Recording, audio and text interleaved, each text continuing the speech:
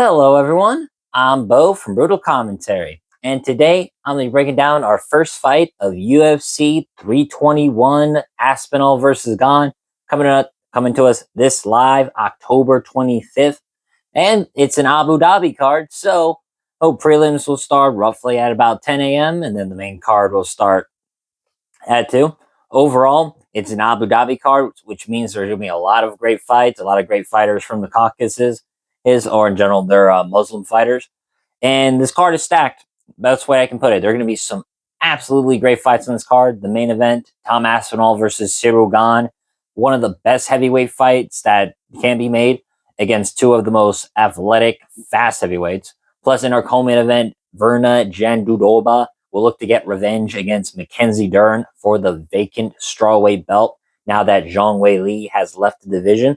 And some other great fights on this card, like Alexander Volkov versus Gelton Almeida for the #1 contender spot, as well as Umar Nurmagomedov looking to rebound from his first career loss against the streaking Mario Bautista.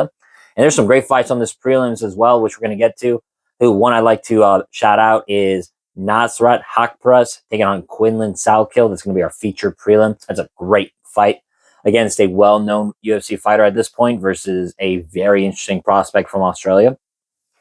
But without further ado, let's get to our first fight.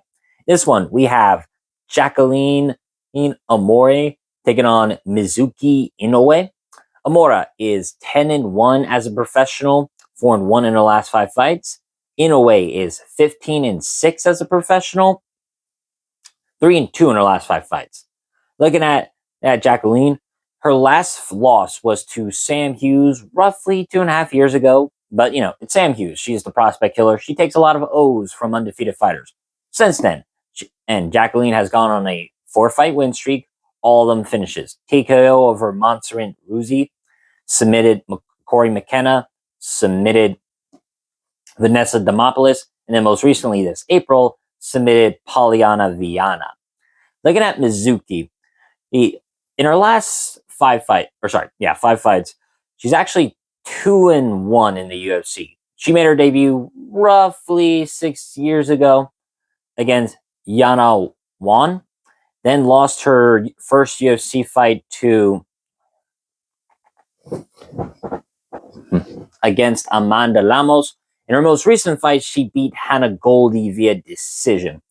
Understand though, those last 3 fights I have mentioned, the Hannah Goldie fight was roughly over 2 years ago. The Lamos fight was 5 years ago, and then her debut was about 6 years ago. A lot of inactivity for Inoue. A lot of injuries have unfortunately stalled her.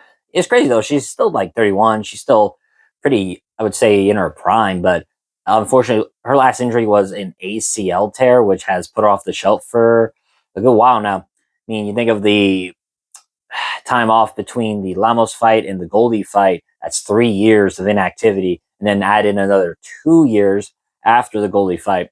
Not great.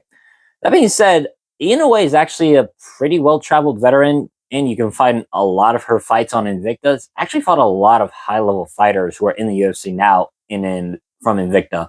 She fought Caroline Cavalcanti, fought Alexa Grasso. And her most recent fight in the Invicta was against Verna Jandudoba, which now, granted, that was about 7.5 yeyears ago. Shoot. So that does, like I said, speak to some of the inactivity of Inoue. But it's basically to say that at a 15-6 record, you gotta look closely at who she's fought. Because, like I said, she's fought a lot of really good fighters. Now, for Mizuki Inoue's skills, she's a very durable fighter. I've seen her take a bunch of damage from Lamos, from Grasso. Actually, look up Mizuki Inoue versus Alexa Grasso. 1, that was just a great fight. 2, that's like weirdly the most aggressive I've ever seen Alexa Grasso. But 3 really hammers in the point that Mizuki Inoue is a very durable fighter. Because she was swollen and bloody by the end of that fight. But she kept charging after Grasso. Inoue's best skill is easily her grappling. She's got really good arm bars. Thing is, her wrestling isn't up to par, so she often struggles to get fighters down. And so most of her takedown entries are literally Inoue just walking forward, taking whatever abuse she has to get the clinch and try and implement some of her judo, whether that be the inside trip, outside trip, hip toss, doesn't matter. All Inoue wants to do is get close, create contact, and then find some way to get to the ground. Because her ground and pound is pretty nasty. And as I said, she's got a lot of wins via armbar. In fact, all of her wins have either come via submission or decision. She's never won via TKO or KO. Meanwhile, for Jacqueline Amorim, she herself has really nasty jujitsu. But the difference between her and Inoue is that Jacqueline has clearly improved her wrestling over the years.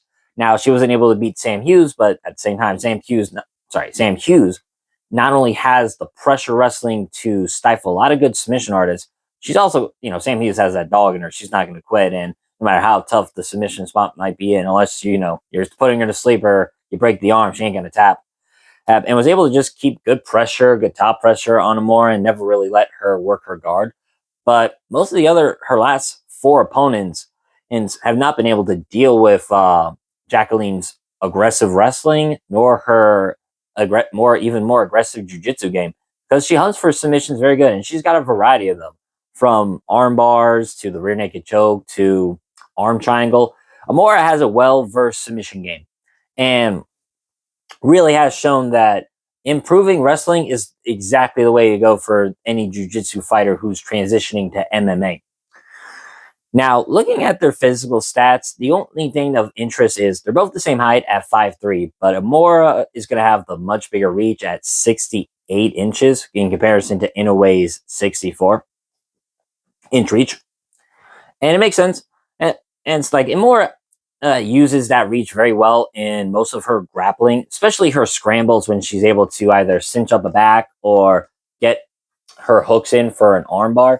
Now, of course, there's the blemish that she did grab the glove of Vanessa Demopoulos to get the armbar, and I do understand this. But she was still able to take down Vanessa Demopoulos, who, is pretty athletic and flexible girl. Well, and the fact that she was able to hold her down and get to the position to get the armbar is impressive. Same with Corey McKenna, Pauliana Viana, who, has some good jiu-jitsu to her, but was not on the level of Jacqueline Amorim.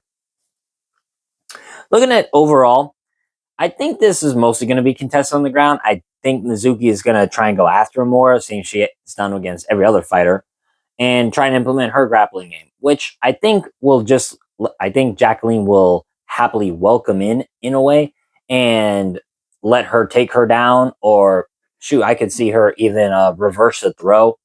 Like Inoue might try an outside trip and try it with the body lock, just take down Amorim, and then Amorim just spins Inoue so that Inoue ends up on her back instead of Jacqueline.